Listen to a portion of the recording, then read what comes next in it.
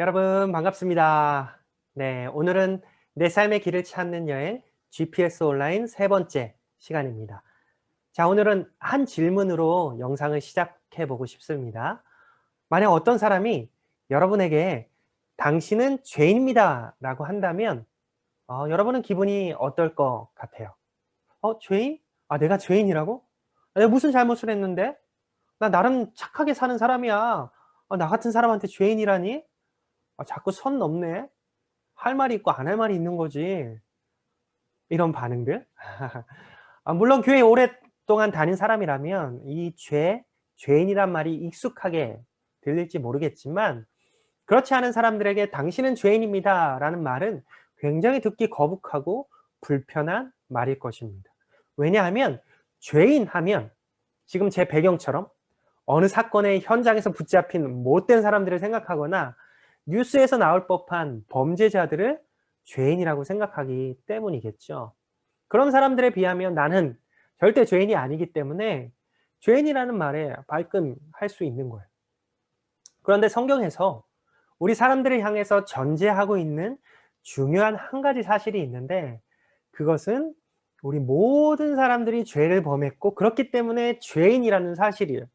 성경은 이것을 전제를 하고 있어요. 로마서 3장 23절의 말씀 우리 한번 다 같이 한번 읽어 봅시다. 시작. 모든 사람이 죄를 범하였습니다. 그래서 사람은 하나님의 영광에 못 미치는 처지에 놓여 있습니다.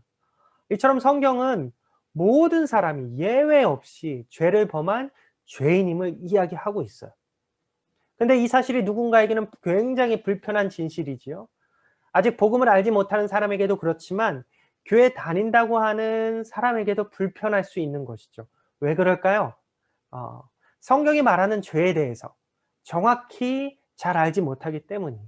방금 이 말씀처럼 모든 사람이 죄를 범했다고 했는데 도대체 어떠한 죄를 범한 것인지, 성경이 말하고 있는 이 죄라는 것이 도대체 무엇인지 정확하게 알지 못하기 때문에 죄인이라는 소리에 발끈하게 되는 것이고, 믿는다는 사람들조차 그것을 불편해하는 것입니다.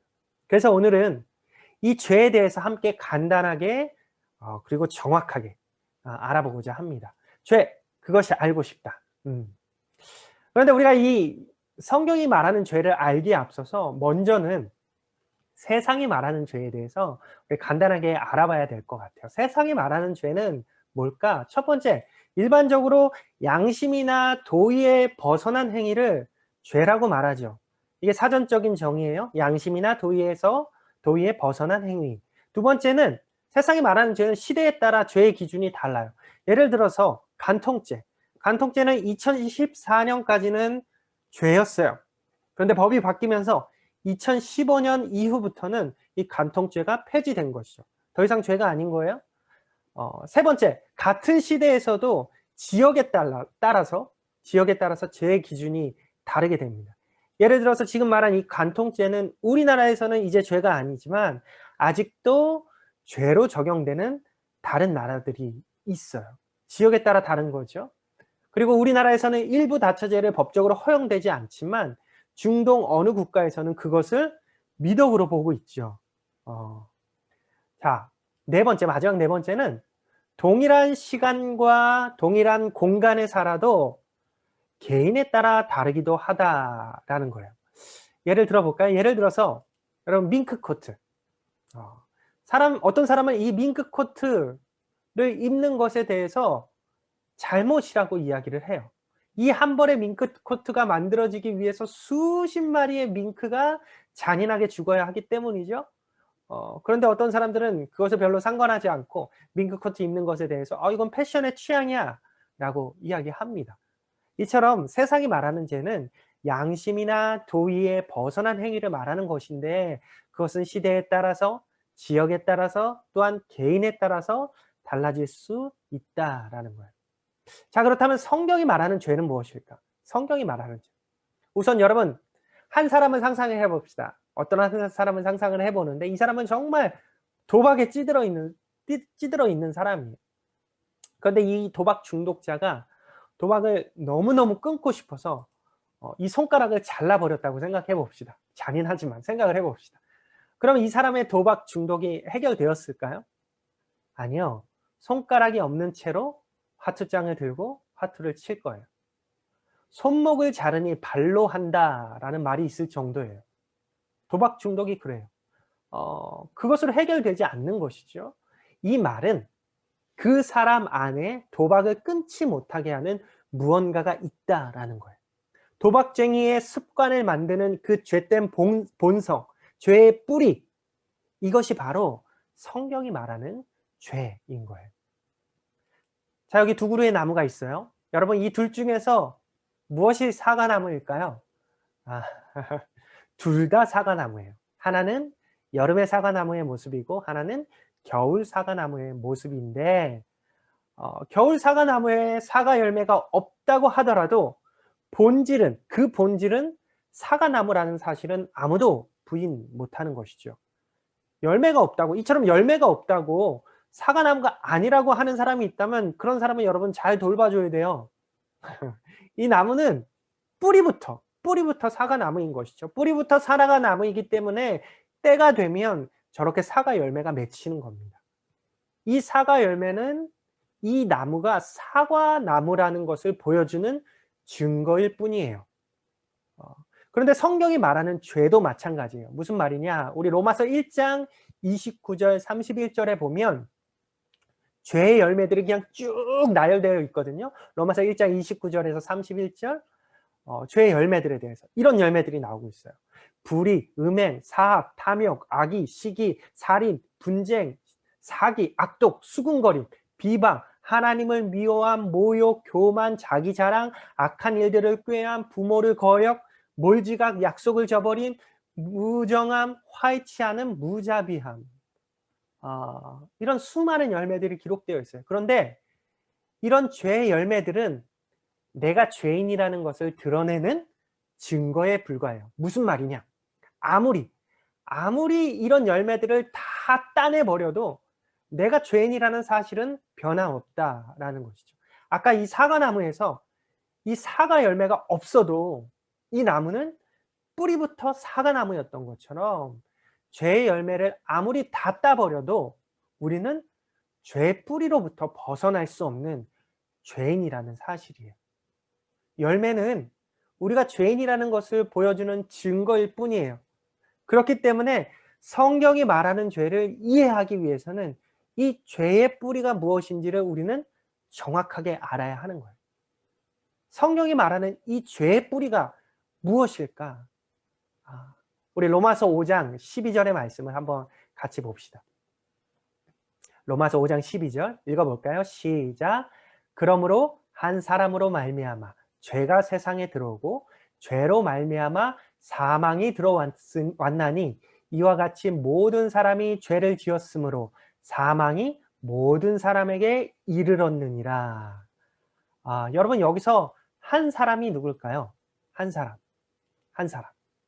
아담을 이야기하는 것이겠죠. 아담 한 사람을 통해서 죄가 들어오고 그리고 사망이 들어왔다라고 성경은 이야기하고 있어요. 그런데 이 아담이 범한 죄가 무엇일까요? 여러분 잘 알고 있죠? 그런데 단지 따먹지 말라던 선악과를 따먹은 불순종의 죄일까요? 그렇게 단순하게 이야기할 게 아니에요. 아담이 범한 죄는 결론부터 이야기하자면 내가 주인된 죄예요. 하나님께서는 에덴 동산에 이 선악과를 만들어 놓으시고 절대로 따먹지 못하게 하시죠. 이유가 뭘까요?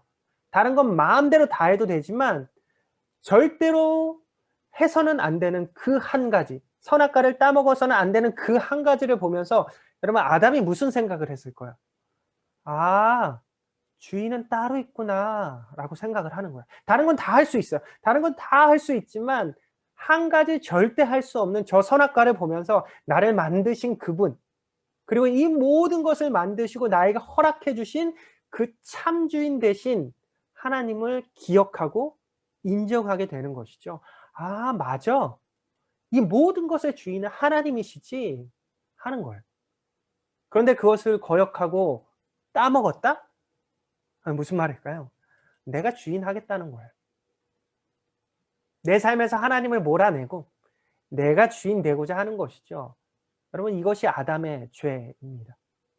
그런데 아까 로마서에서 이어지는 말씀을 보니까 로마서 우리가 5장 말씀을 읽었죠. 이렇게 이어지고 있죠. 이와 같이라고 이어지고 있어요. 영어로는 in this way. 무슨 말일까요? 이와 같은 방법으로 아담과 같은 방식으로 모든 사람이 죄를 지었다라는 거예요. 자기가 하나처럼 높아지려고 하고 주인 되려고 했던 이 아담같이 우리 모든 사람들도 자기가 자기 삶의 주인 되려고 하고 하나님처럼 높아지려고 한다라는 것이죠. 이것이 바로 로마서 5장 12절에서 말하고 있는 죄의 뿌리인 거예요. 죄의 뿌리. 우리가 이걸 알아야 돼요. 아까 우리가 죄의 열매들로 막 살펴봤던 여러 가지 죄의 열매도 있었죠. 로마서 1장 29절, 31절 말씀인데 그 말씀의 바로 앞 구절의 말씀을 보면 이 죄의 뿌리에 대해서 이렇게 표현을 하고 있어요. 1장 28절의 말씀인데요. 로마서 1장 28절 읽어볼까요? 시작. 또한 그들이 마음에 하나님 두기를 싫어하며 하나님께서 그들을 상실한 마음대로 내버려 두사 합당치 못한 일을 하게 하셨으니. 사람들이 그들 마음에 하나님 두기를 싫어해요. 이것은 하나님과 단절된 상태를 말하는 거고 하나님이 없는 상태를 말하는 거예요. 곧 하나님 마음에 하나님 두기를 싫어한다라는 것은 내가 주인된 상태를 말하는 것이죠. 인생의 모든 선택에서 자기 마음대로 선택하고 결정하고 자신이 선악을 판단하고 내 인생 내가 주인 되어 사는 것이 뭐가 잘못이냐며 사는 그 인생, 그러한 인생을 모든 사람들이 살아가고 있다라는 거예요. 이것이 죄의 뿌리인 거예요. 하나님 없이 내가 주인 되어 사는 나, 그 존재 자체가 바로 죄의 뿌리인 것입니다. 여러분 재미있는 것은 영어 단어 중에 죄라는 영어 단어가 sin이고 범죄라는 영어 단어가 crime이잖아요. 근데 보면 정 가운데 스펠링이 I예요. 재밌죠? 내가 중심 되려고 하고 내가 삶의 주인이 되려고 하는 그것이 바로 죄의 뿌리인 것이죠. 우리는 존재적으로 이런 죄의 뿌리를 가지고 태어난 것이죠. 죄 짓는 것을 배우지도 않았음에도 자연스럽게 죄를 짓는 모습을 봐요. 출생이 죄인인 것이죠. 이처럼 내 마음에 하나님 두기를 싫어하고 내가 주인 되어서 살아가려는 그 죄의 뿌리를 통해서 이렇게 죄의 열매들이 주렁주렁 맺히게 되는 거예요. 그런데 여러분 아무리 이 열매들을 이렇게 다 떨어버려도 다 따버려도 죄의 뿌리가 해결되지 않으면 소용이 없는 거예요. 오히려 이듬해 더 신선한 죄, 싱싱한 죄, 똑똑한 죄, 건강한 죄가 더 많이 열릴 뿐이에요. 우리는 성경이 말하는 이 죄의 뿌리를 정확하게 알아야 하는 것입니다. 그 죄의 뿌리는 내 삶의 주인의 자리에 내가 앉아있는 죄예요. 하나님 두기를 싫어하고 하나님을 몰아내고 하나님과 단절되어서 내가 주인된 그 죄, 이것이 모든 사람이 가지고 있는 죄의 뿌리이고 존재적인 죄인의 모습인 거예요. 태어날 때부터 우리는 이런 죄인의 모습으로 태어나는 것이죠. 여러분 그래서 우리가 죄를 회개할 때 이런 죄의 열매들만 회개하는 것으로 끝나서는 안 돼요. 죄의 뿌리에 대한 회개가 필요한 것이죠. 존재적인 죄에 대한 회개가 반드시 필요한 거예요. 회개에 대한 좀 더 자세한 이야기는 우리가 나중에 또 해보도록 하고 오늘은 죄, 그것이 알고 싶다. 오늘은 성경이 말하고 있는 이 죄가 도대체 무엇인가에 대해서 알아보았어요. 앞으로 여러분이 죄에 대해서 이야기할 때 죄의 열매만 가지고 이야기하지 않기를 바라요. 죄의 열매가 맺히게 하는 죄의 뿌리가 반드시 있음을 우리는 알아야 돼요. 이 죄의 뿌리를 우리는 반드시 알아야 하는 거예요. 그 죄의 뿌리가 뭐였어요? 하나님 없이 내가 주인 되어서 살려고 하는, 내가 주인 된 것, 내가 주인 되어서 살아가는 것, 이것이 성경이 말하고 있는 죄의 뿌리이고 존재적인 죄인의 모습인 거예요. 오늘은 이것 하나 반드시 여러분들 기억하길 바랍니다. 하나님 없이 내가 주인 되어서 살아가려고 하는 그 나의 모습이, 이것이 바로 죄의 뿌리구나. 여러분 이것 하나 오늘 기억하면 오늘 죄 그것이 알고 싶다. 이것은 오늘 성공입니다. 자 이렇게 오늘도 이렇게 GPS 온라인을 함께 해주신 여러분 감사합니다. 여러분에게 GPS가 확실하게 장착되는 그날까지 GPS 온라인은 계속됩니다. 여러분 우리 또 다음에 또 만나요.